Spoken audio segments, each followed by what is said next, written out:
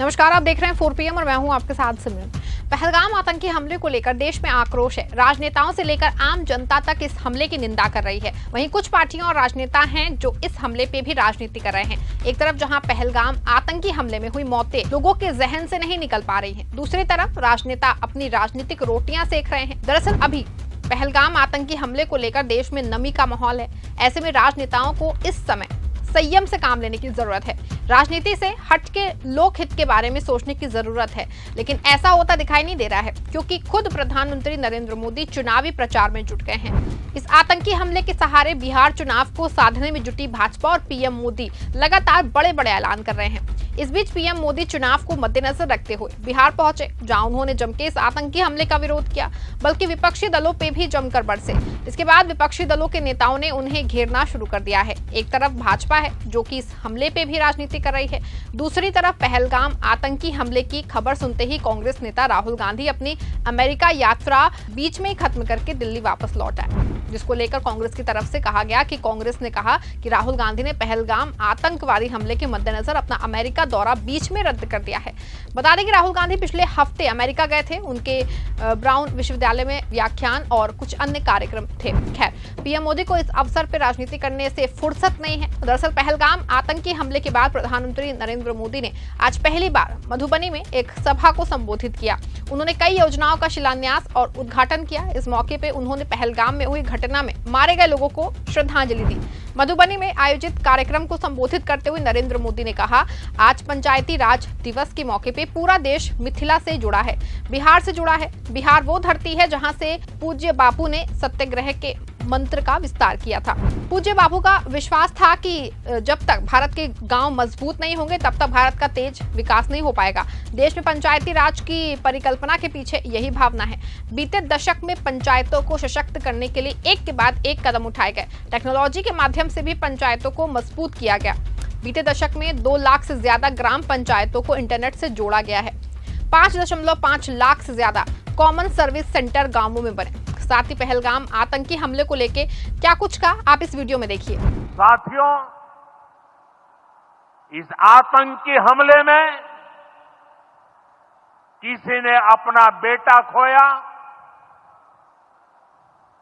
किसी ने अपना भाई खोया, किसी ने अपना जीवन साथी खोया है। उनमें से कोई बांग्ला बोलता था, कोई कन्नड़ा बोलता था, कोई मराठी था, कोई ओडिया था, कोई गुजराती था, कोई यहां बिहार का लाल था। आज उन सभी की मृत्यु पर करगिल से कन्याकुमारी तक हमारा दुख एक जैसा है, हमारा आक्रोश एक जैसा है। ये हमला सिर्फ निहत्थे पर्यटकों पर नहीं हुआ है, देश के दुश्मनों ने भारत की आत्मा पर हमला करने का दुस्साहस किया है। मैं बहुत स्पष्ट शब्दों में कहना चाहता हूं, जिन्होंने ये हमला किया है, उन आतंकियों को और इस हमले की साजिश रचने वालों को उनकी कल्पना से भी बड़ी सजा मिलेगी। सजा मिलकर के रहेगी। अब आतंकियों की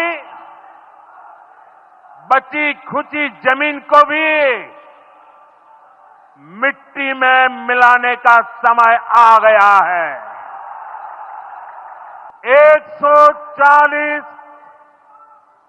140 करोड़ भारतीयों की